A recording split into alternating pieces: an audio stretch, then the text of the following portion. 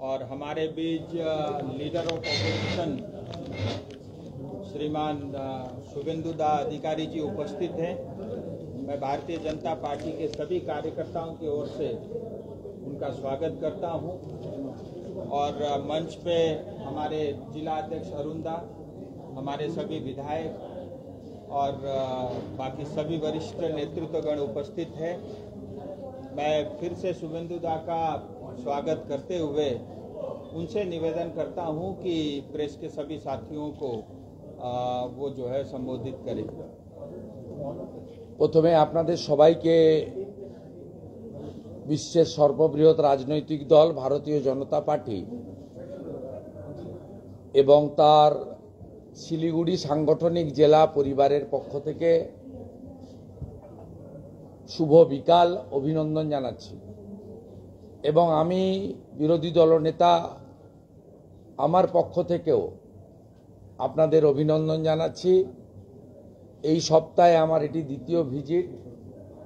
গত সোমবার বানারহাটে तिरंगा যাত্রাতে আমি এবং দুজন এমপি জলপাইগুড়ি আলিপুরদুয়ার সহ আমরা সবাই উপবিষ্ট ছিলাম। আমার কলিগ এমএলএরা ছিলেন ও আপনারা দেখেছেন কিভাবে মানুষজন সেখানে যুক্ত হয়েছেন। একইভাবে সেদিন শিক্ষক, ভাওয়াইয়া শিল্পী, সিপিআইএম এর বড় নেতা ঈশ্বর রায় তিনিও মোদিজির হাত শক্তিশালী করার জন্য ধূপগুড়ি উপনির্বাচনে যিনি দাঁড়িয়েছিলেন এবং অনেক ভোট পেয়েছিলেন, তিনিও সেদিন আমাদের দলে জেলা সভাপতি শ্যামল রায় জলপাইগুড়ির হাত দিয়ে আমাদের উপস্থিতিতে যোগদান করেছেন। আজকে আমরা সবাই এসেছি, আমি কলকাতা থেকে, রাজুজিও দিল্লি থেকে সকালে পৌঁছেছেন, আমরা সকলে এসেছি অপারেশন সিঁদুরের সাফল্য, ইন্ডিয়ান আর্মিকে স্যালুট, ভারতবর্ষের প্রধানমন্ত্রীর হাত মজবুত করার আহ্বান নিয়ে তিরঙ্গা র্যালি শিলিগুড়িতে করার জন্য। শিলিগুড়ি উত্তরবঙ্গের রাজধানী, উত্তর পূর্বাঞ্চলের গেটওয়ে এবং শুধু রাজ্যের দৃষ্টিতে নয়, জাতীয় আন্তর্জাতিক দৃষ্টিতে শিলিগুড়ি একটি গুরুত্বপূর্ণ নগর। সেখানে বন্দে মাতরম, ভারত মাতা কি জয়, मोदी जी आगे बढ़ो हम तुम्हारी साथ है, इंडियन आर्मी जिंदाबाद, हिंदुस्तान जिंदाबाद, पाकिस्तानेर ध्वंस चाই, এই স্লোগানে মুখরিত হবে একটু পরে শিলিগুড়ির রাজপথ। আমি এই কর্মসূচিতে যুক্ত হওয়ার আগে মান্যবর জেলা সভাপতি অরুণ মণ্ডলকে অনুরোধ করেছিলাম একটি সাংবাদিক সম্মেলন করার জন্য। আমাদের পার্টি অফিসে ব্যবস্থা ছিল 3টের সময়, কিন্তু 2:50 থেকেই বিদ্যুৎ চলে যাওয়ায় আমি আর কারণ খুঁজতে চাই না, কারণ মুখ্যমন্ত্রী বলেন যে আমাদের রাজ্যে 1 সেকেন্ডও বিদ্যুৎ যায় না, উদ্বৃত্ত বিদ্যুৎ। সে কারণে আমরা হঠাৎ করে এই পাশেই একটি বেসরকারি আমাদের হোটেলে তার সভাগৃহে এই কর্মসূচি করতে বাধ্য হয়েছি। আমি সর্বভারতীয় যুব মোর্চার জেনারেল সেক্রেটারি, দার্জিলিংয়ের এমপি কলিগ রাজু বিস্তাকে ধন্যবাদ জানাবো একদিক থেকে নান্টু পাল, আমার কলিগ এমএলএ দুর্গা মুর্মুজি, আমার কলিগ এমএলএ শিক্ষক আনন্দময় বর্মন, শিখাদি আমাদের দিদি এবং শঙ্কর ঘোষ সহ সম্মানিত নেতৃবৃন্দ। আমি অনেক জেলার নেতারা আছেন, আর কারোর নাম বলছি না, সকলকে ধন্যবাদ। এখানে মুখ্যমন্ত্রী লাগাতার 3 দিন ধরে মিথ্যে কথার ফুলঝুরি ছড়িয়েছেন। সোমবার দিন তিনি কলকাতা থেকে তার নির্দিষ্ট কিছু বিজনেসম্যানদেরকে এখানে নিয়ে এসেছিলেন। সেখানে শিল্প সম্মেলন বা বাণিজ্য সম্মেলনের নামে তিনি যা যা বলেছেন আপনারা দেখেছেন, একটি দিশাহীন কর্মসূচি। এবং আমি ধন্যবাদ জানাবো যে কয়েকটা ব্যবসায়ী সংগঠন কোচবিহার এবং অন্যান্য জায়গায় পৌরসভা, কর্পোরেশন, পঞ্চায়েতগুলোর জুলুমের কথা তুলে ধরেছেন। কেউ বলেছেন নাম পরিবর্তন করার জন্য আগে 2000 টাকা লাগতো, এখন 5 লাখ টাকা নেয়। কেউ বলেছেন আগে ট্রেড লাইসেন্সের জন্য 700 টাকা দিতে হতো, এখন 70,000 টাকা নেয়। কেউ বলেছেন মুখ্যমন্ত্রীকে যে ইলেকট্রিক বিল যা আপনি করে দিয়েছেন তাতে আমাদের এই ছোট ব্যবসা চলবে কি করে। মুখ্যমন্ত্রী বলেছেন ওগুলো রাখুন, শুনবো না, আপনাদের জন্য আমি অনেক করে দিয়েছি। এই সাহস করে যে যে ছোট ছোট ব্যবসায়ীরা, বড়দের তো বলার সুযোগ নেই, কারণ তারা খুব আনন্দে আছে। চা বাগানগুলো বেসরকারীকরণ করে মুখ্যমন্ত্রী তাদের হাতে তুলে দিচ্ছেন।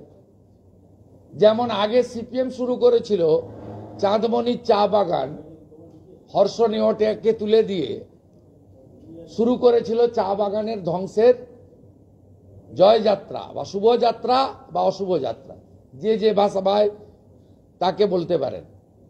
আজকে মুখ্যমন্ত্রী তো গেজেট নোটিফিকেশন করে 30% চা বাগানের, চালু চা বাগানের জমি তিনি তুলে দেওয়ার কথা বলেছেন হোটেল, রেস্টুরেন্ট, বার ইত্যাদি করার জন্য। তাই চা বাগানের মালিক বা শিল্পপতিদের বলার ওখানে কিছু নেই। ছোট ছোট ব্যবসায়ীরা প্রতিবাদ করেছেন। মূলত প্রকৃতি মা দুহাত ভরে উত্তরবঙ্গকে দিয়েছেন, অপরূপ পাহাড় দিয়েছেন, সুন্দর অরণ্য সুন্দরী ডুয়ার্স দিয়েছেন তরাই, এবং সাথে সাথে এত সুন্দর সুন্দর নদী উত্তরবঙ্গে দিয়েছেন প্রকৃতি মা। আজকে তৃণমূল কংগ্রেসের 14 বছরের সময়কালে এই প্রকৃতি মাকে ধ্বংস করে লুট করা ছাড়া তারা অন্য কোনো কাজ করেননি। এই মুখ্যমন্ত্রীর সময়ে উত্তরবঙ্গ সবচেয়ে অবহেলিত, বঞ্চিত, নিপীড়িত, শোষিত, লুণ্ঠিত। এই উত্তরবঙ্গে যে 3টি প্রধান অর্থনৈতিক মেরুদণ্ড যার উপরে দাঁড়িয়ে আছে, যাতে খনিজ পাওয়া যায়, যাতে প্রাকৃতিক সম্পদ পাওয়া যায় এবং পর্যটকরা আসে, কি হয়েছে পাহাড়টাকে নষ্ট করতে পারেনি, পরবর্তীকালে সুযোগ পেলে করবে। কারণ পুরুলিয়াতে পাহাড়ও বেচা হচ্ছে, এখানে সেটা এখনো শুরু করতে পারেনি। পাহাড়ের লোকেরা বা নেপালি গোর্খারা তাদেরকে একটু ভয় করেন মুখ্যমন্ত্রী। কিন্তু বাকি কি করেছেন? সব নদীকে বেচে দিয়েছেন। নদীর বালু তোলার নামে অপরিকল্পিতভাবে কোনো নদীর অস্তিত্ব নেই। নদী শেষ। দ্বিতীয় কি শেষ? অরণ্য শেষ। আপনি যদি তরাই ডুয়ার্সের অপরূপ অরণ্য, এই অরণ্য সুন্দরী ডুয়ার্স এলাকায় 10 বছর আগে গিয়ে থাকেন, আর আজকে যদি চালসা, রাজাবাদ খাওয়া থেকে, লাটাগুড়ি থেকে আপনি যদি যান, দেখবেন কিভাবে কাঠগুলিকে পাচার করা হয়েছে কেটে কেটে, কিভাবে অবৈধ কাঠের গাছ পাচারের, কাঠ পাচারের চক্র চলছে। তৃণমূলের মন্ডল সভাপতি চন্দন কাঠ পাচার করতে গিয়ে গ্রেপ্তার হয়েছে। শুধু চন্দন কাঠ নয়, বিষাক্ত সাপ, যার বিষ থেকে অনেক জীবনদায়ী ওষুধ তৈরি হয়, সেই সাপ থেকে শুরু করে বিরল প্রজাতির প্রাণীদের পাচার করতে গিয়েও তৃণমূলের মণ্ডল সভাপতি নেতারা একাধিকবার গ্রেপ্তার হয়েছে। তৃতীয় কি, চা বাগান। চা বাগান তো এই মুখ্যমন্ত্রীর সময়ে কার্যত ধ্বংসপ্রাপ্ত হয়েছে। বন্ধ চা, উনি যখনই আসেন বেড়াতে তখনই বন্ধ চা বাগান একটা করে বন্ধ হয়। এবারে বন্ধ হয়েছে মধু চা বাগান। এই মুখ্যমন্ত্রীর গত কয়েক বছরের মধ্যে 2-3 বছরে যে বন্ধগুলো হয়েছে, আলিপুরদুয়ার, রেড ব্যাংক, রামঝোড়া, ডালসিংপাড়া, লঙ্কাপাড়া, জলপাইগুড়িতে ধর্নীপুর, সুরেন্দ্রনগর, একইভাবে কুমারগ্রামে 10টা, আলিপুরদুয়ার 6টা, কালচিনিতে 21টা, ফালাকাটায় 8টা। এখন কেন্দ্রীয় সরকারের টাকা 200 কোটি টাকা এরা ভেঙেছে লেবার ওয়েলফেয়ার বোর্ড থেকে। 2023 সালের 20-12-2023 কলকাতার নিউ সেক্রেটারিয়েটে এটা হলো, এখানে 15th ফিনান্সের টাকাতে এগুলো করেছেন। অর্থাৎ নির্দেশ, এটা তিনি বারে বারে বলেন। সেই জন্যই তিনি এখানে এইমসের জন্য ভারত সরকার অনেক দিন ধরে আর চাইবে না, খগেশ্বর আর চাইবে না, তোমাকে সব দিয়েছি, আর কি চাই, ভর্তি ভর্তি কাজ। এই হচ্ছে তার নমুনা। টাইগার হিলে একটা বাড়ি করেছেন, উত্তরকন্যায় একটা বাড়ি করেছেন, সেবক রোডে একটা বাড়ি করেছেন, গজল